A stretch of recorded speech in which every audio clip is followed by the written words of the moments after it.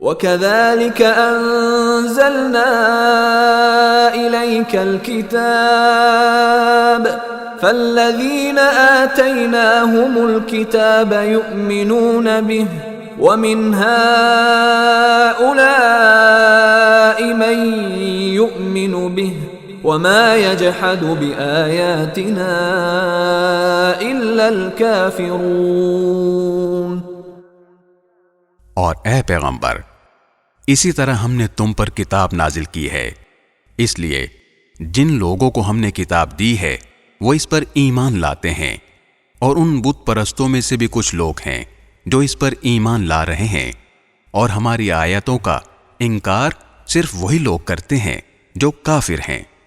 وَمَا كُنْتَ تَتْلُو مِن قَبْلِهِ مِن كِتَابٍ وَلَا تَخُطُّهُ بِيَمِينِكَ إِذًا لَارْتَابَ الْمُبْطِلُونَ۔